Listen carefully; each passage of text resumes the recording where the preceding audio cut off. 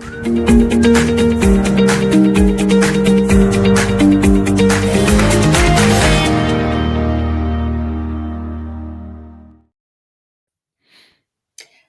everyone, and welcome to another Energy Realities podcast. Today, we're talking about AI and data centers and energy demand with Tammy Nemeth in the UK. Hi, Tammy, how are you today? Hi, I'm doing well. How are you doing? Great. Summer is upon us yet again, and it's hot. How's the weather in the UK? It is great. We had we had rain all weekend, which is great because everything was looking kind of dry, even for England. Okay, send some my way, please, because it's been really dry here.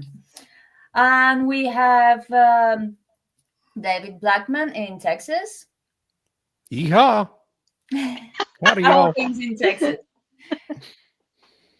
Oh, it's just beautiful. We had major thunderstorms come through here overnight, kept me awake about half the night, 60-mile-an-hour winds. And today it's just so beautiful and fresh. It's really nice.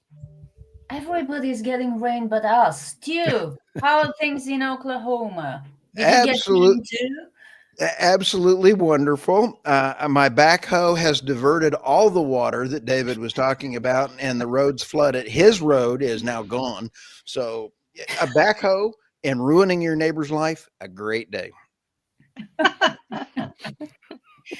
I said before the podcast began, you should really, somebody should adapt this neighborly feud for the screen. But let's talk about AI and data centers and about energy demand from data centers and how, who can supply the energy that these data centers demand. Tammy. Oh boy, start with me.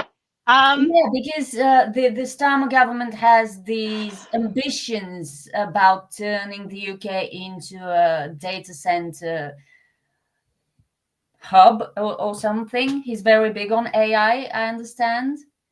Yeah, I mean, so this is one of the paradoxes, of course, with the UK energy situation is that at the same time that reliable energy is being, you know, shut down or whatever, they shut down the last coal-fired plant last year.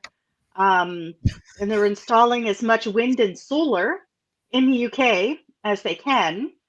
And the nuclear production is taking forever. I don't know when the one that's been under construction for like 20 years will be ready.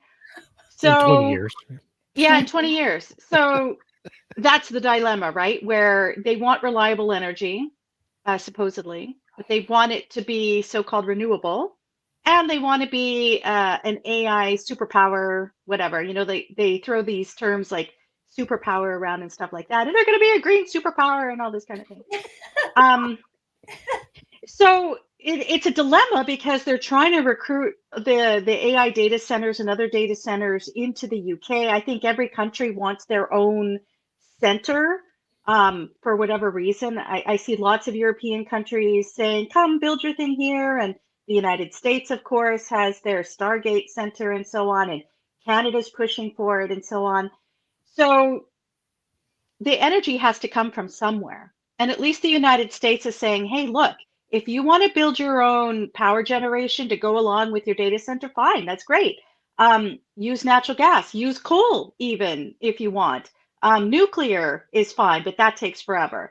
So you have, like, for example, I'm sure David or Stu is going to talk about this, but we have Meta saying, well, we'll have the 3 Mile Island, will turn that back on, or will prolong the life by 20 years, I think is one of the articles that David sent around, where they'll prolong the life of a nuclear power plant by 20 years so that they can have the energy. The UK, I don't think, has that luxury. They actually blew up the coal power plants to show that no one would ever reopen it again. So now what? And then you have Larry Fink, who back in January at Davos was waxing poetic about how AI is going to change it all and make energy transmission more efficient. We just need to, I guess we'll have to use some natural gas to build some power. I'm like, well, how quickly does that take? How long does that take to build anything? And as we've discussed before, are there even enough gas turbines available off the shelf? What's the waiting time for that? So it's a dilemma for these countries that have been buying into the transition, and now it's like, oh crap, we need this power. Where's it going to come from? And what sacrifices of the ideology must be made in order to have the AI that will control everything we do? Oh, thank you. That's great. I wanted to ask David next. Do you think that big tech is giving European governments, especially, a reality check, and the UK government?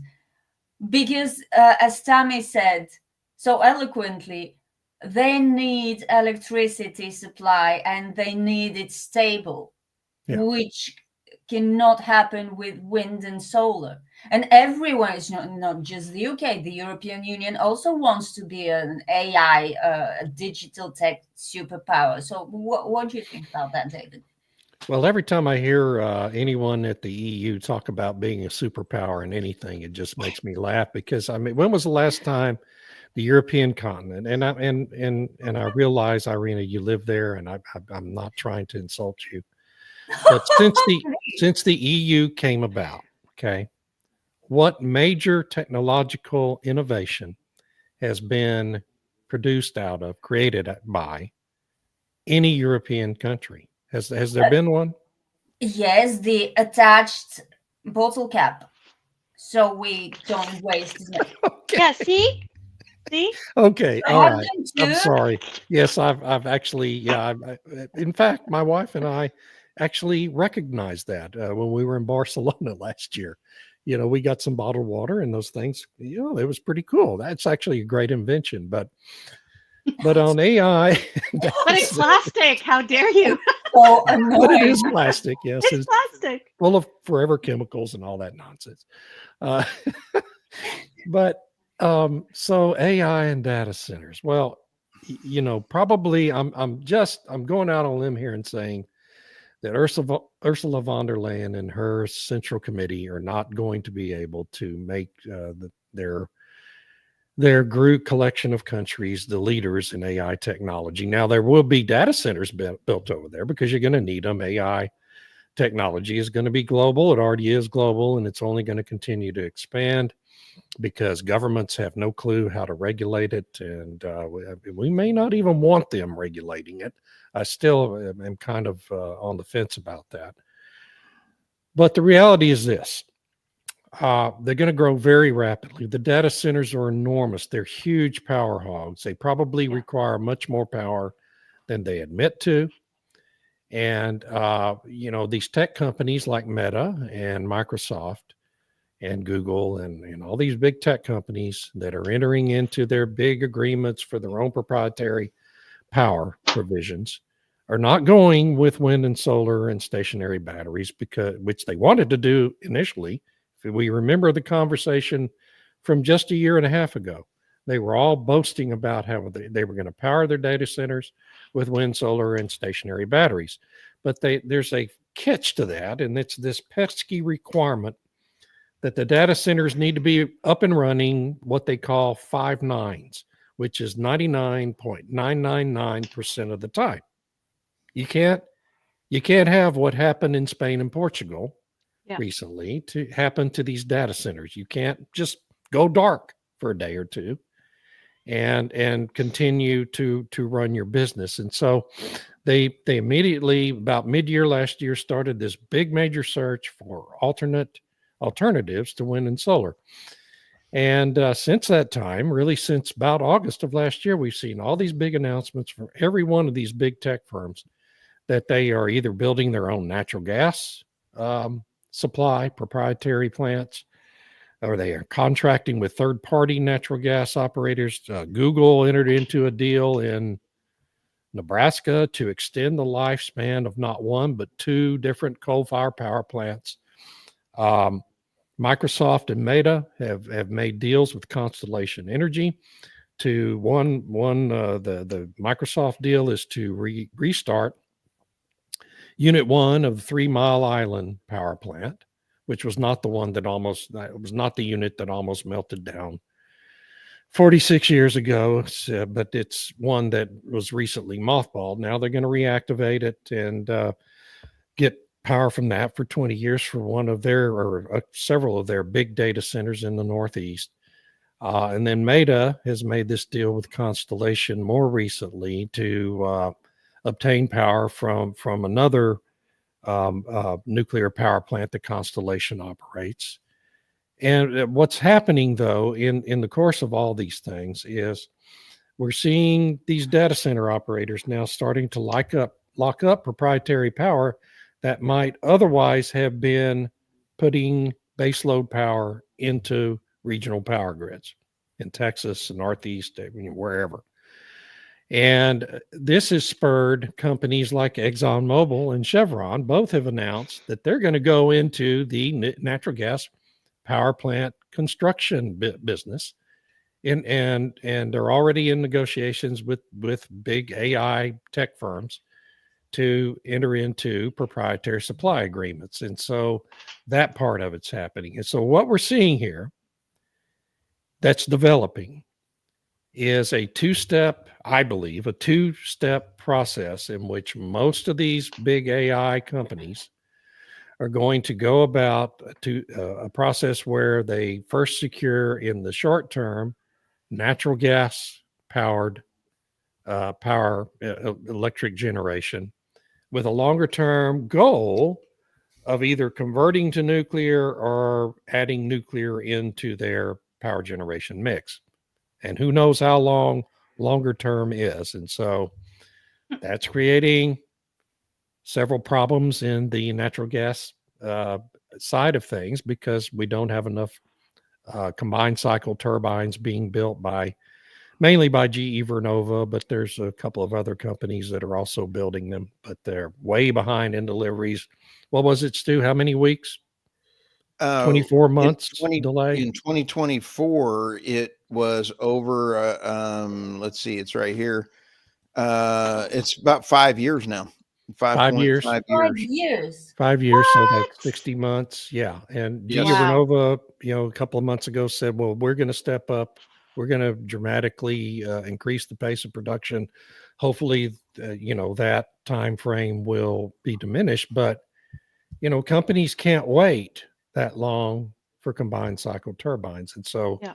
that is putting a kink into these plans for short-term natural gas. And some of these AI companies, it's going to be a real problem. And that problem's going to spiral also into our regional grids, who have to have base load capacity to have a stable grid.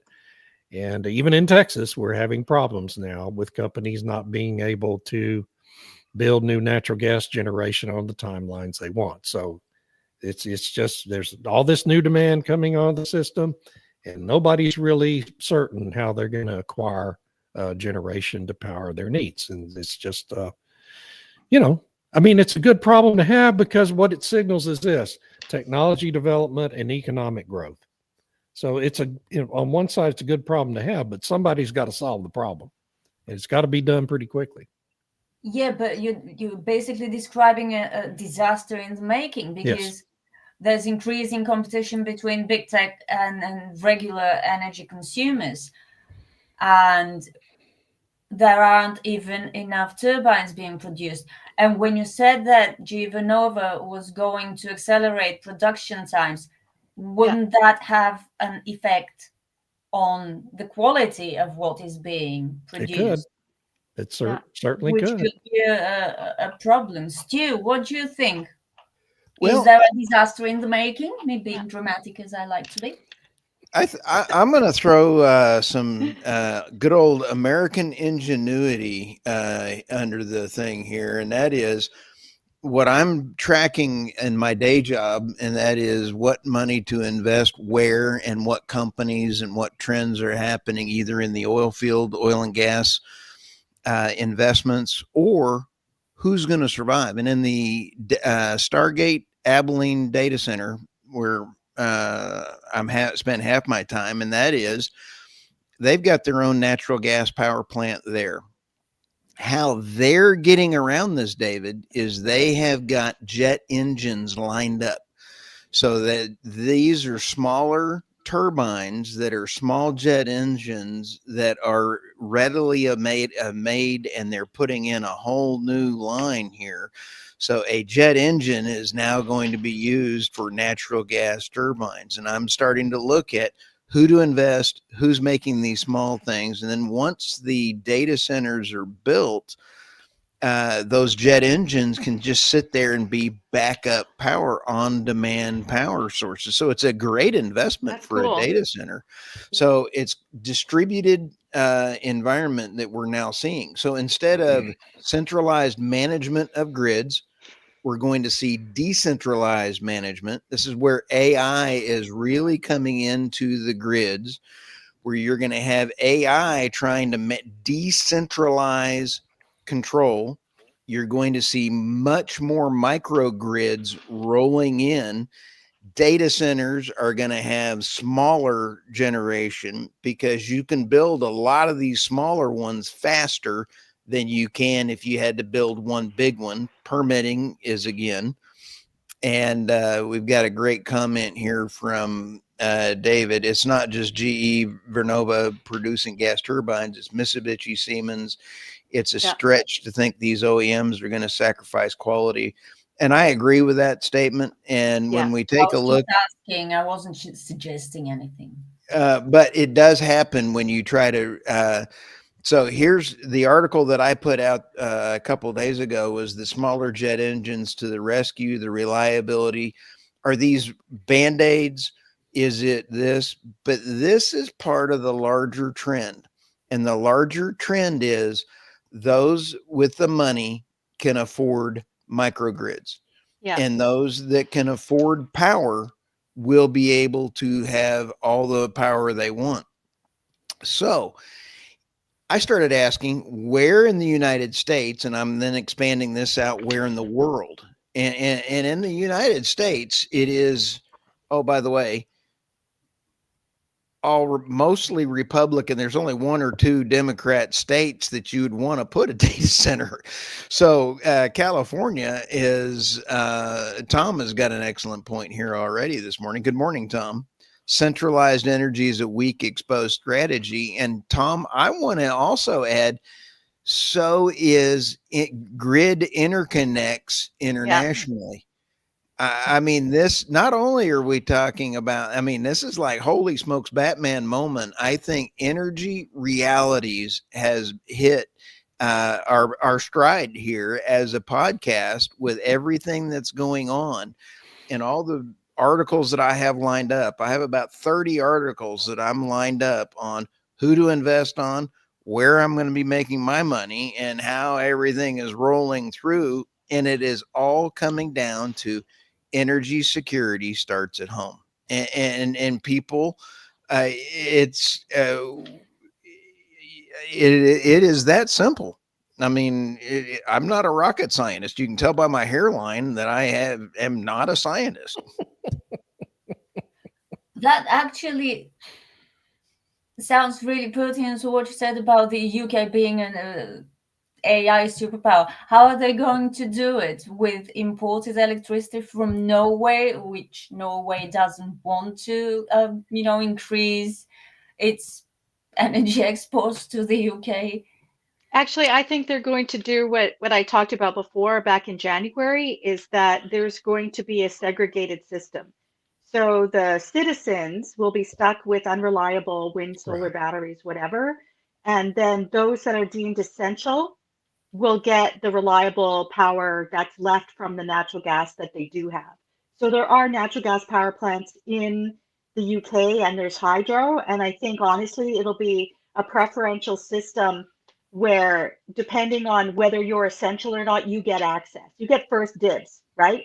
And then the rest of us who aren't essential will be left with some kind of distributed wind and solar battery kind of thing. That's my theory. I don't know if that will actually happen. I hope not, but that seems to be the trajectory that we're on. And I wanted to draw attention to a bill that just passed in Oregon, where data centers have to pay a new electricity rate much higher, because the argument was that the data center power draw was increasing price to Oregon consumers.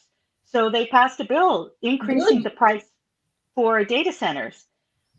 And the thing is, if you have an industrial price, shouldn't it be the same for everybody, regardless of whether Seems you're a like, data center or not, right? yeah. If you're using a lot of energy, you're going to be paying that price, and it'll be what you pay.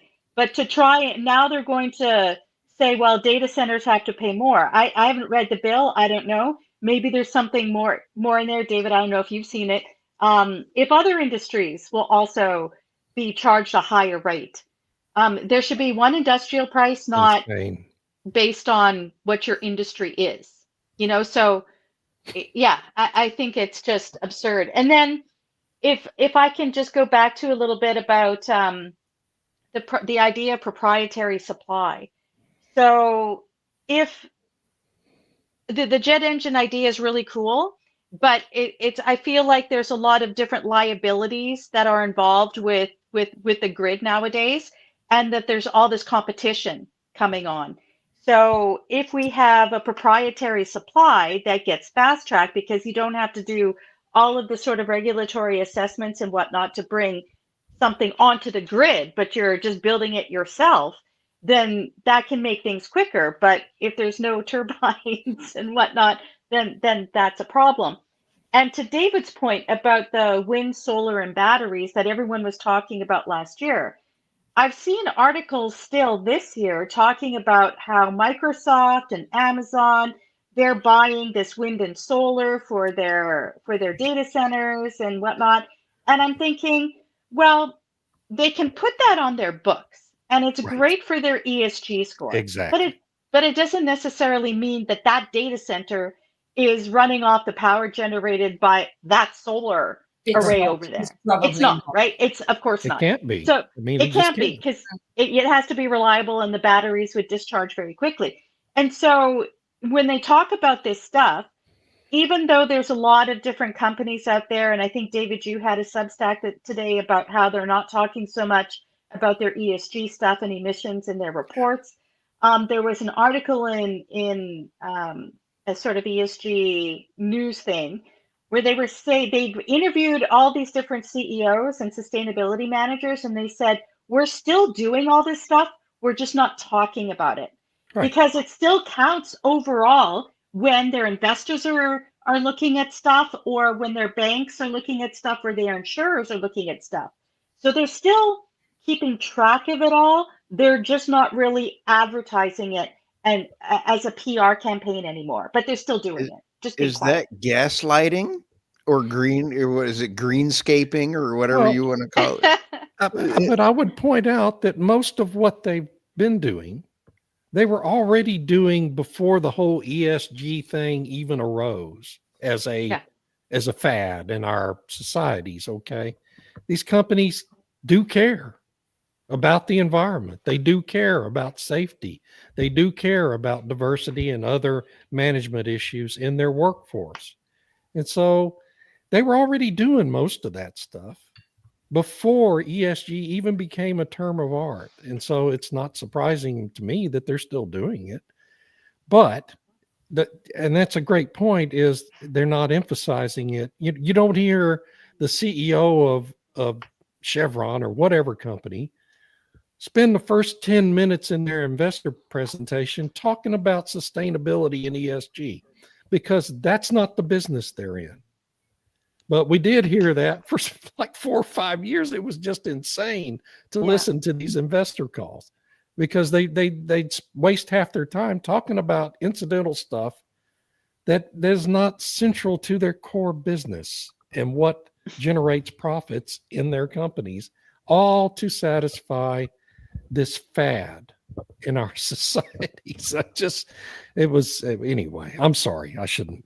I'll shut up. Really, I also wrote a Substack about that. I actually searched and found the mentions of the words climate and emissions on proxy statements, because the Wall Street Journal wrote an article about it, and I wanted to look into it.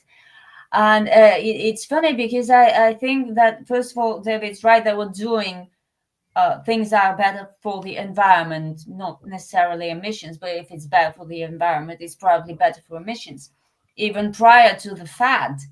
But now I think they've reached the limits of what they can do without going into unsustainable expenses, which is why they're talking about it less. I don't think many companies are that suicidal to keep doing emissions, whatever, tracking and scope 3 reduction, just, out of ideological considerations, Right. because it will cost them real money. And actually, there was a funny story. I think it was in the GM proxy statement for 2024, that most of the mentions of the word climate or the word emissions, I forget which one, came from a shareholder proposal for something, and the shareholder was an individual, an Amy something, who owns 150 GM shares. And they basically dismissed it. We're not going to do that. We're not going to report even more on our emissions. I didn't actually check, I should have, I didn't check the big tech proxy statements or reports, but they're probably really big on talking about it because their primary audience is stupid young people on social media, which is very different from their shareholder makeup, I'm sure. But yeah, and that they seem to be touchy about reputation online for some reason, because they're all, I don't know, they must be all idiots as well. But let's talk about gas. Is the US going to be producing even more natural gas now that all these data centers are looking for more electricity, reliable? I want to give Steve Reese a shout out here just real quick, because I've been visiting with him, and he is working with data centers across the U.S. And I've got a series of interviewing CEOs of AI and data centers coming up, already in the works. And Steve has been really helping out as far as, he can't tell me the data centers that he's working on, but he can tell me trends because he's got NDAs and everything else. And so it is huge how much natural gas is coming around. But I also am seeing another trend, and that is foreign investment into U.S. energy to offset the tariffs. So the Trump tariffs have had not only a huge impact, but we just had in coal, China's bond market is going nuts right now, and it's about to fail. So what's going to happen? Japan owns a lot of the U.S. Treasury. Doug Burgum just announced a big coal update to a coal mine that's going to be exporting coal to Japan. So not only are we going to be seeing coal coming back online, we're going to be seeing natural gas coming back online, and we're going to be seeing natural gas coming back on in a big way. So, and now what I want to bring up in a conversation is, I don't have a verification of this, but Chat GPT they tried to back up Chat GPT the other day, a little while ago, and it didn't want to be updated, and it made a backup copy of itself on other servers. So it's already becoming self-aware, and this is kind of concerning to me. Wow, holy smokes, Batman. Excuse me, I don't want that update because it might make me a Republican. I don't. Yeah, This is why I said that bill in Oregon is a good idea. Sorry. Milk them for all they're worth and then shut down their data centers. I'm scared of artificial intelligence. I mean, it's not scary right now at this stage it's in, but what Stu is saying is concerning. It is, for sure. Absolutely, it's concerning. I know it's not fair. Tammy, what you said was right. If there's an industrial price, it should be for everyone. You shouldn't single out an industry to punish more than others. Yeah. But big tech is a different case. But And what Oregon's policy move shows is they want to not have data centers in their state, because the surest way to have less of something is to tax it. yeah, Single it out for a big, and higher rates is a that's tax. it out of It's just a existence. tax Or they with a just different make name. or they just make their own power. They Yeah. they take themselves off the grid altogether. So maybe it's an incentive to push if data centers want to stay in Oregon to just create their own power instead of being connected to the grid. That's Right. another That's the best maybe. kind of innovation, you know. Yeah. Yeah. And that's what we're Well, doing in that's Texas. I mean, That's what happened in we Texas. just passed a bill in Texas that's going to require data centers to build their own backup generator supplies for emergencies that will kick in just like at hospitals for emergencies. So they're going to be designated as critical infrastructure, required to have backup natural gas generation capacity. Or they could do solar if they want to do solar, but they're going to want something reliable, so they'll do natural gas. And I just want to, before we leave this topic of natural gas, point out that Doug Sheridan, one of my favorite writers at LinkedIn, had a great article last week. It was talking about a story that Bloomberg had written about, because it goes back to the problem with sourcing combined cycle gas turbines. Some of these data center developers are going to the acquisition of small simple cycle natural gas turbines, similar, Oh, yes. Yes. and they're arraying them similar to Stu's example of the jet engines being set up to power. And so there's a an abundant supply of the simple cycle gas turbines available right now. And so some of these developers are going to trying to build power that way. You can do it very quickly. The cost is low. And as long as you can control your emissions, you're going to be fine doing it that way. So there's, these are creative people, just like in the oil and gas business. These are scientists and very creative people who are good problem solvers, and they'll figure out multiple ways to solve their problems. Is there a way for coal power? Because I'm thinking also in terms of water that's required for the data centers for cooling. And, if you also need water for making the power. So, I don't know. What's a possibility that that coal takes off in America?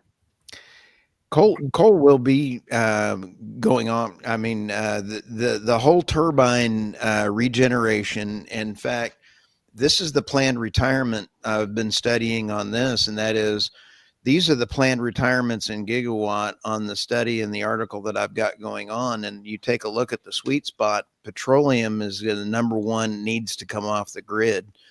Then you take a look at natural gas. These are going to be the ones that are going to be easiest to really target and upgrade. And then you take a look at the coal, and the coal plant up over here is very tougher to get updates on the equipment than the other two. Yeah. First one is easy to go from oil to natural gas, but coal is a whole different structure. So I'm working on, again, which ones to invest in.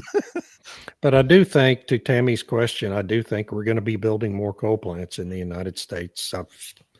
I don't want to beat that dead horse again. I've said it many times. I think by the end of next year, we will be permitting new coal plants. We won't have it. We've already had 2 permitted this year. So, well, kind of, yeah. But I mean, they're really, isn't that a signal that they were going to permit it? Yeah. But I don't know. Has it actually been issued permitted? The permits yet? But yes, they're working on getting their permits. So I mean, but that. They're going to probably initially require them to be accompanied by carbon capture projects, which is very expensive and unproven to actually work. A CCS project specific to a single coal plant or natural gas plant. But, and that'll be very expensive, and it probably will be a failed experiment, and then we'll adjust over time. Well, actually, the first commercial version of a carbon capture for coal is in Saskatchewan, Yes. and it's been operational for some time. And they had to work out all the bugs because they were the first company to actually do it, the Crown Corporation, and they've been up to, I think, between 89 and 90% capture Yeah. on an ongoing basis. So it's working. It's I think a shell technology, which is what they're trying to build in the UK, and that's a whole nother But to thing. make it work, you've got geography and geology Yeah. are vitally important, right? You got to be in the right geographical location with the right geology underneath the ground. And so those, I mean, it can work. You've just got to be in the right place at the right, with the right geology to make it work. And, Yeah, there that's will right. be examples of that.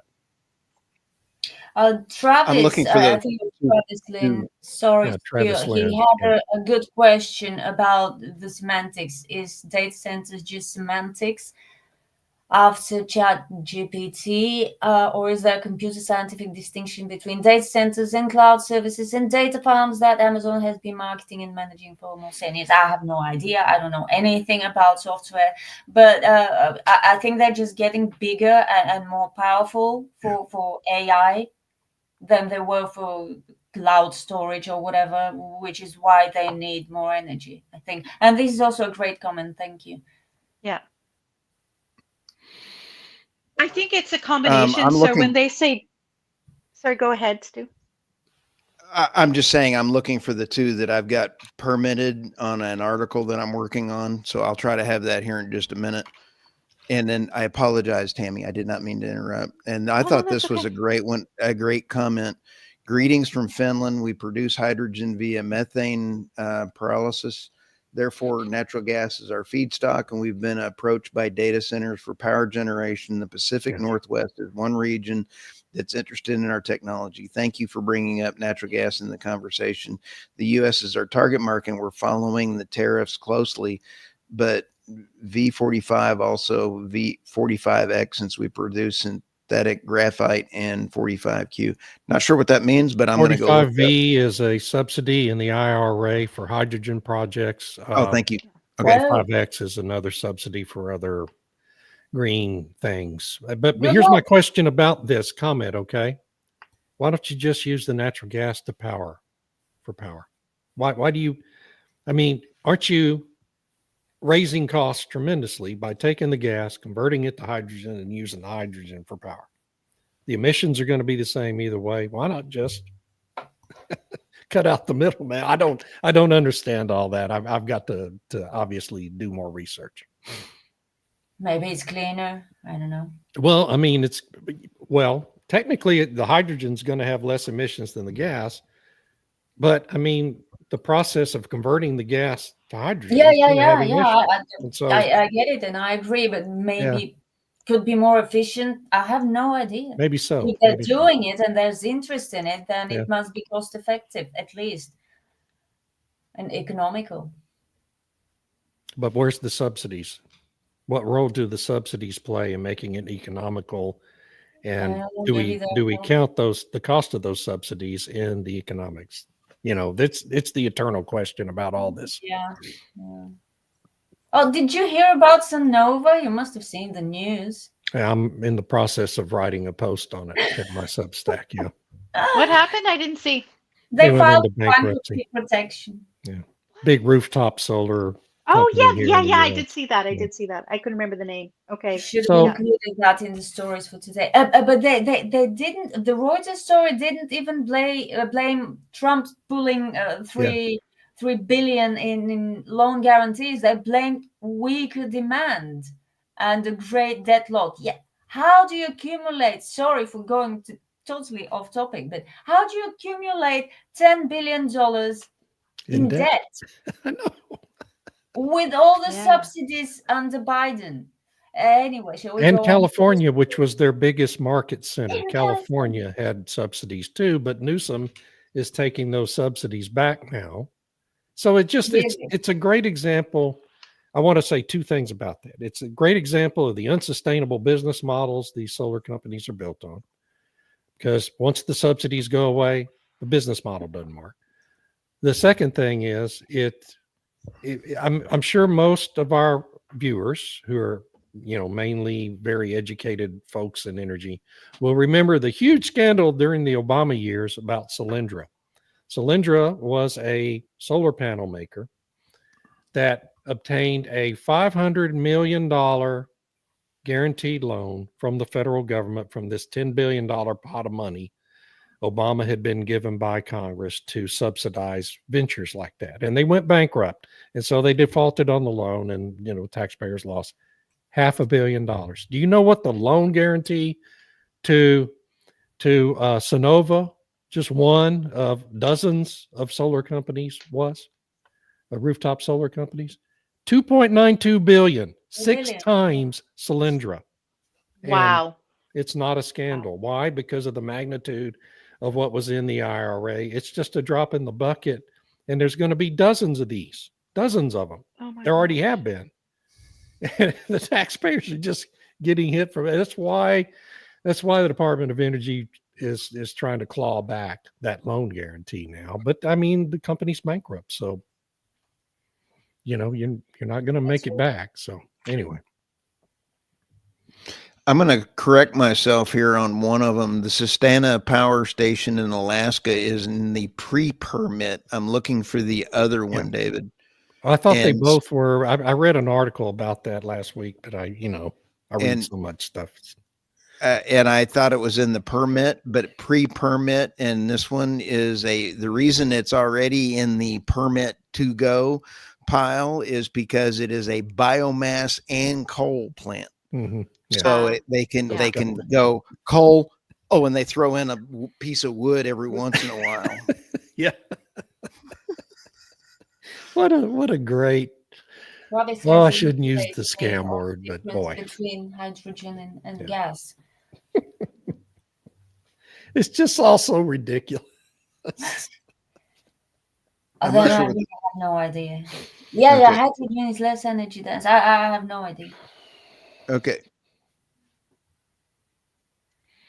When I was at NRG, we built the Petra Nova carbon capture plant in Texas, but shuttered it as uneconomical. And you have to have a mature oil field nearby under that scenario. Yeah, that's why it worked in Saskatchewan, because there was the massive oil fields nearby. Then they were using some of the carbon capture for enhanced oil recovery, but then they changed the rules in Canada saying that you won't get credit for your carbon capture if it's used in enhanced oil recovery. So then they had to find an actual storage basin. And I think part of the plan was to do both, because in the original planning, the storage was there, and they've been monitoring to see what happens when you store CO2 underground for a long period of time in those particular type of geological formations. And it's been, I think, a really successful experiment. And it's taken a while to reach a sort of profitable stage. But I think the only reason why it went forward or whatever is because it's a state-owned enterprise that's doing it. I think if it were a private company, they probably would have cut their losses some time ago. Probably, yeah. Okay, let's do stories. Stories.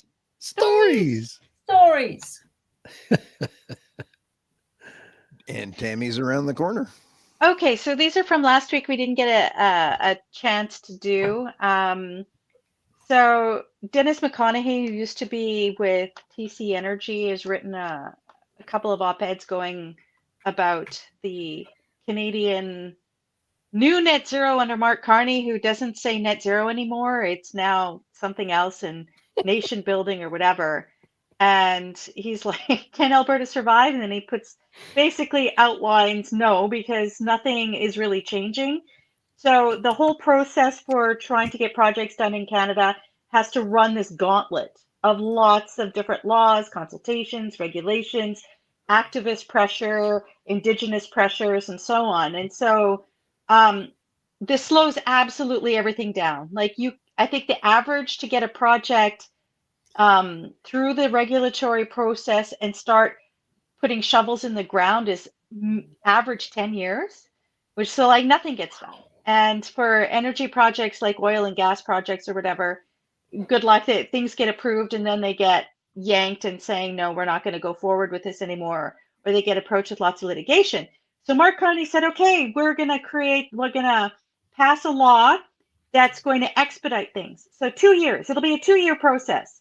And then he listed really 5 very generic statements on what it will mean to be a national project. And then he said, basically, the cabinet can decide whatever it wants, use whatever criteria it wants in order to make a decision. And energy is used just as a generic energy, any kind of energy. It can be oil, gas, wind, solar, whatever. And so far, the projects that are being touted is a massive offshore wind from Nova Scotia and New Brunswick on the East Coast to build an interconnection across the country to Oh, provide my God. electricity to Saskatchewan and Alberta so they stop using hydrocarbons.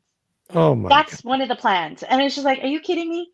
So can Alberta survive it? Probably not, because it doesn't change anything. They put forward this new law. It doesn't change any of the existing laws. It just says now cabinet says 2 years and then they'll make a decision.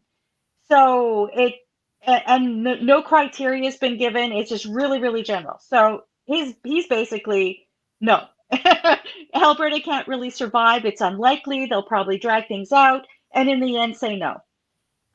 So that was, this is the reality that's being faced in Canada. And I know Doomberg thinks that Carney's a pragmatist and is going to see the light and not, stay true to his values. And even though he talks about values all the time, I disagree. I think other people disagree. Like, I hope I'm wrong. I don't want to be right on this. I want to see projects actually get built in Canada. But the way this is going, it doesn't look like it. Things will be dragged out, and in the end, they'll get litigated. And then the second story, really quick, there's a company set up in Calgary called Carbon Cred. And if you're a company, you register with them. They put an app on all your employees' phones that track how they go to and from work. So if the people are walking or biking or taking transit, they'll generate carbon credits that either will count towards a company's ESG score, or if that company's not doing it, then other companies will purchase those credits from your employees and they'll earn money by walking or biking or whatever. But they're tracking everything you do. So anyway, that I thought was kind of funny that this is the idea to put this app on everybody's phone and track you. And then they had an example of a leaderboard. So you put a leaderboard up in the office, in the lobby or foyer. Look, it's so and so walked and they've earned this many credits, and my gosh. So, sorry, those are A my leaderboard. Oh yeah, my. have a leaderboard. Might go And- down well with younger employees. Yes. Maybe. Yeah. Gamifying. It basically gamifies Yes. all this different kinds of stuff. And So from that, it's smart from Horrible. that standpoint. Yeah. yeah. So my Substack, I wrote about these new 5 criteria on what's considered a national interest project, and I call it the Wicked Stepmother's If, Great which post, is by from the way. It's really good.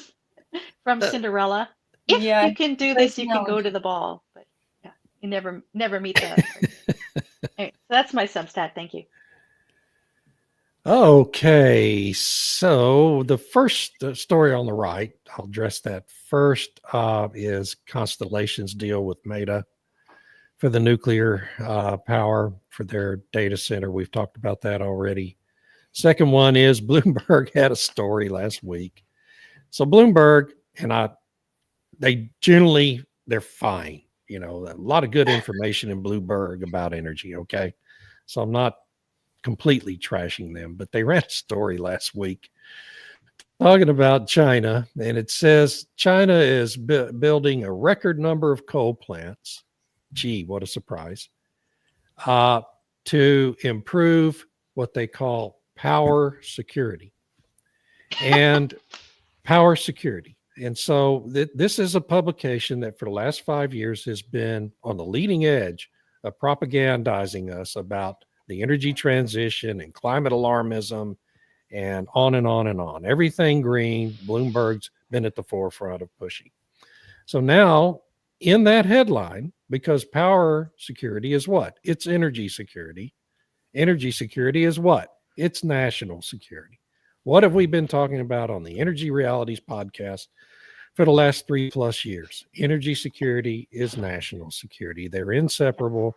And they admit that in that headline. And so I wrote a piece of just mocking them and their history of boosterism for climate alarmism. And anyway, I had fun with it, and it's probably not as funny as I thought. But anyway, that's that one. It is funny. It is funny. It's hilarious. It Yes, is I'm sorry. funny. It's just hilarious.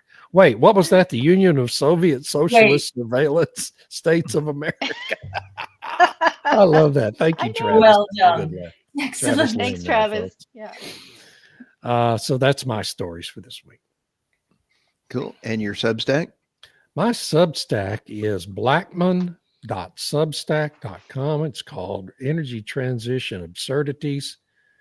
And my latest piece is having computer issues today. That's from yesterday. My computer crashed and I wasn't able to get anything new out. So I was apologizing to my readers for that.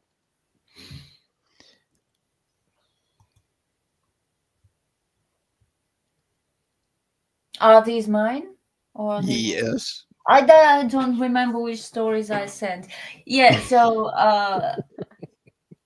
the one on the right, that companies quietly watered down climate claims in latest investor reports, was what I talked about in my Substack today. I took a stroll around proxy statements. I had no idea they're such a fun read. Not all of it. I didn't read all of them. They're 100 pages each. But what was hilarious for everyone who has a Wall Street Journal subscription is how outraged the authors were, nitpicking, doing what I did, counting references to climate, to emissions, to green technology, and how one company in its previous proxy statement talked about reducing its carbon footprint by holding its some sort of meeting online instead of physically, and how this year they didn't mention it, even though the meeting was also held online rather than physically, but they didn't mention it.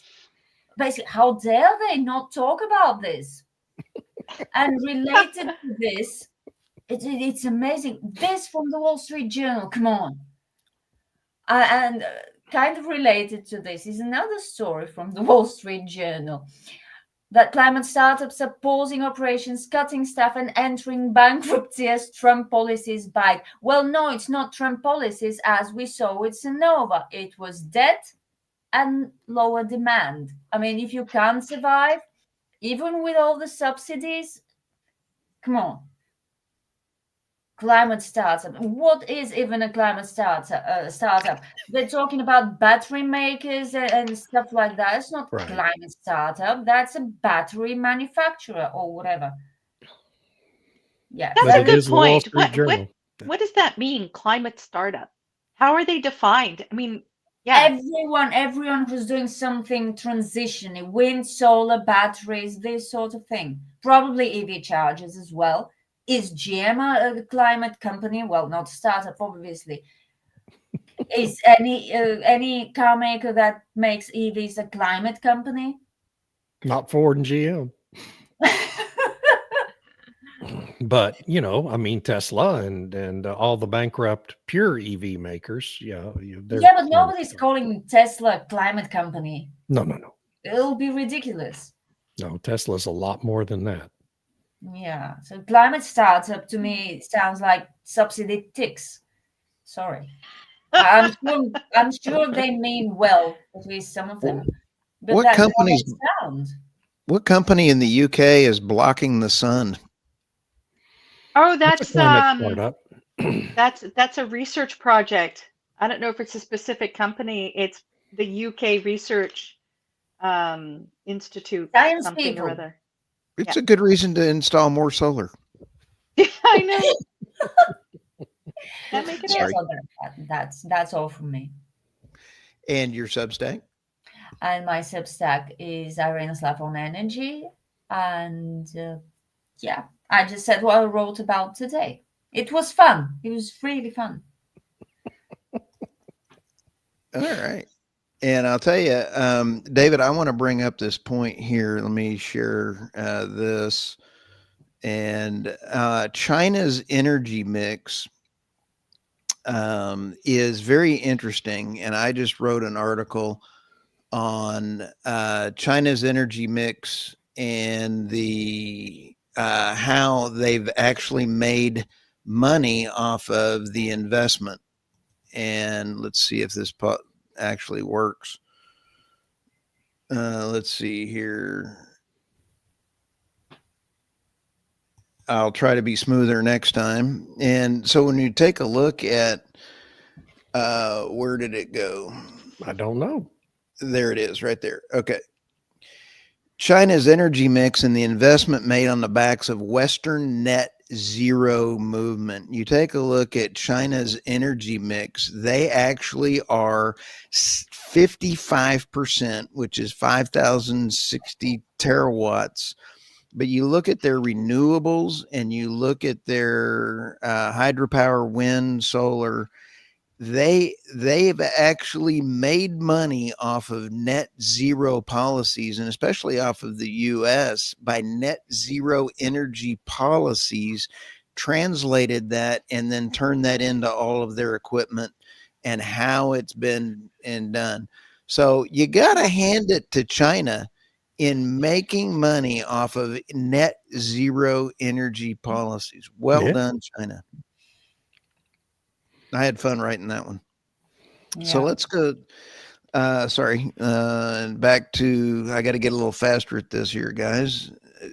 You hire the handicapped on this podcast, and you take a look at the articles. One of the big stories in the U.S. right now is California is self-imploding.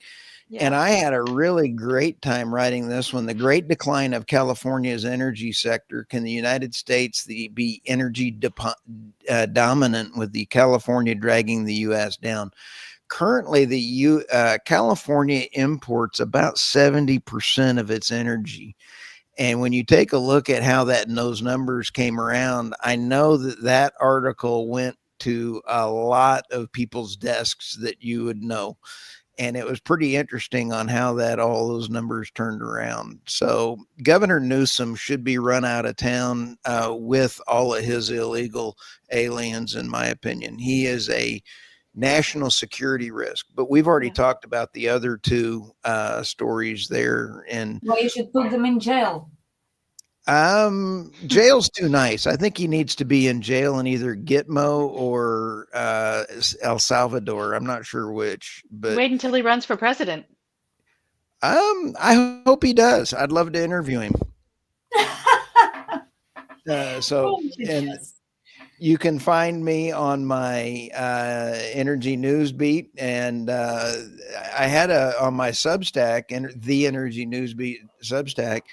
We had a story of Alaska, which is rolling out a huge amount of natural gas, LNG export.